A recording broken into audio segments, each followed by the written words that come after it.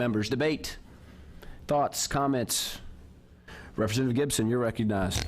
Thank you, Mr. Chairman. I'd just like to thank Representative Gardner for bringing this bill forward. I think it's going to make a lot of people, it's going to bring them self-confidence, and it's going to bring them back into the mainstream. And I commend you for that.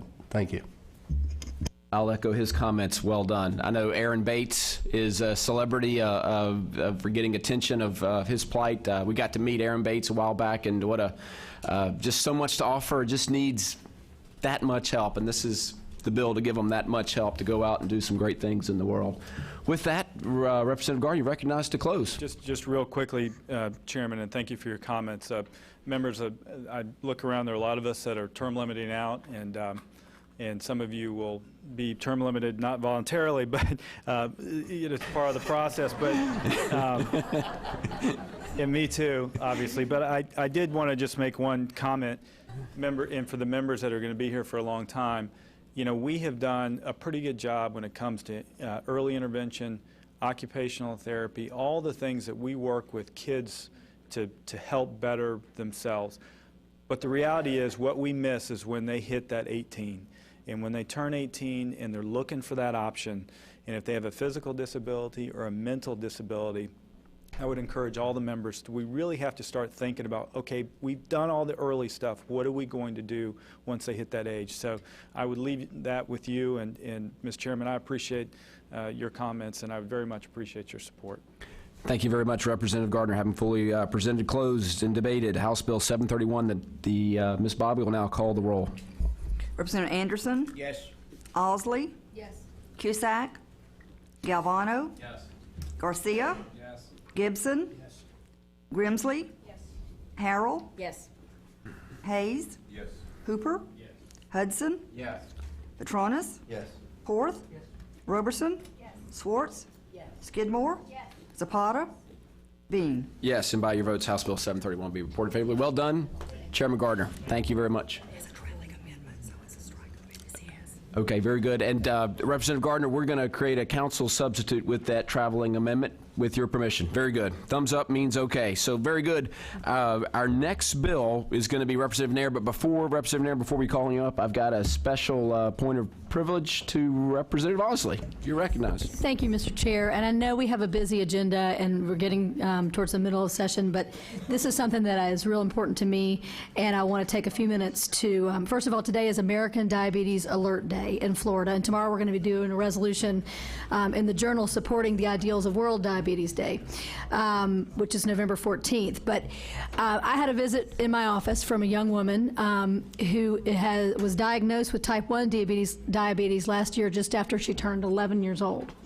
And Haley is here with us today, and she wants to, it has profoundly changed her life and the life of her family, obviously, but she is something that she wants to do is share with others the experience that she has had, and we talk about life choices and helping better families' lives and health choices. That Haley's here for a few minutes to talk to us about that. She's here today with her family, her mom and dad, Don and Christy May, her younger sister Morgan. I guess they both got out of school today. That was lucky for them, and her grandmother, Nell May, as well as Don Smith and Jerry Forbes from our TMH Diabetes Center here in Tallahassee. So we welcome all of you. And Haley, I know you have a few words that you want to share with us this morning.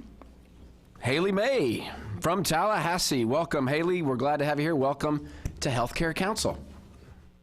Hi, I'm Haley May, and I'm 11 years old and a 6th grader here in Tallahassee. On June 26th of last year, I was diagnosed with type 1 diabetes. I was fortunate that my diabetes was diagnosed during a routine physical. After that, I spent a few days in the hospital learning how to survive. This is my blood meter, which I've named Freddie. Freddie goes with me everywhere. I use it around 6 to 8 times a day to measure my blood sugar.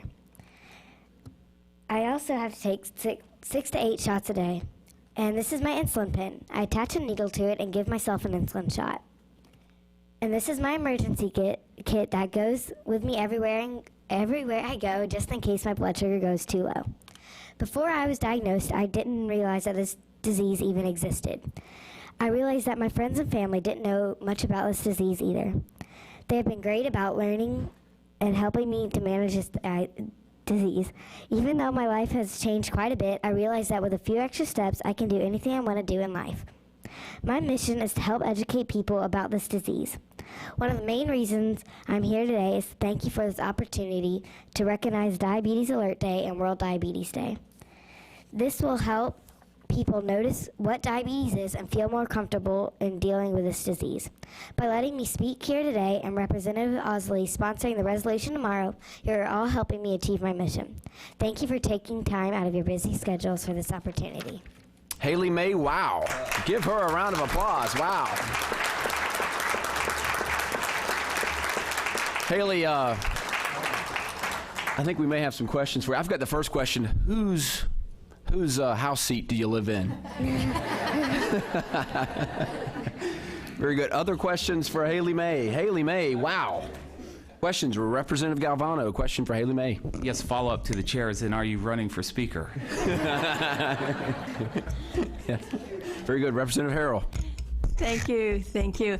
I just want to commend you so, Haley, for having the fortitude to come up here and address this wonderful group in this room full of people. My husband is a type 1 diabetic, and he has had diabetes for all too many years. I won't tell you how many, but he's very successful, has been a physician, and has had a wonderful life, 4 kids, 6 grandkids. So there's a great, bright future for you, and I wish you the very best. Haley May, thank you so much. Hey, do you have to go back to school now? Is that the deal? Bummer. Well, take your time going back. Thanks, Haley May, and thanks to the whole May family. Thank you so much for. You got a bright, just a great speaker right there. Holy cow, she's going to do some big things. That's for sure. Haley, thank you again for coming forward.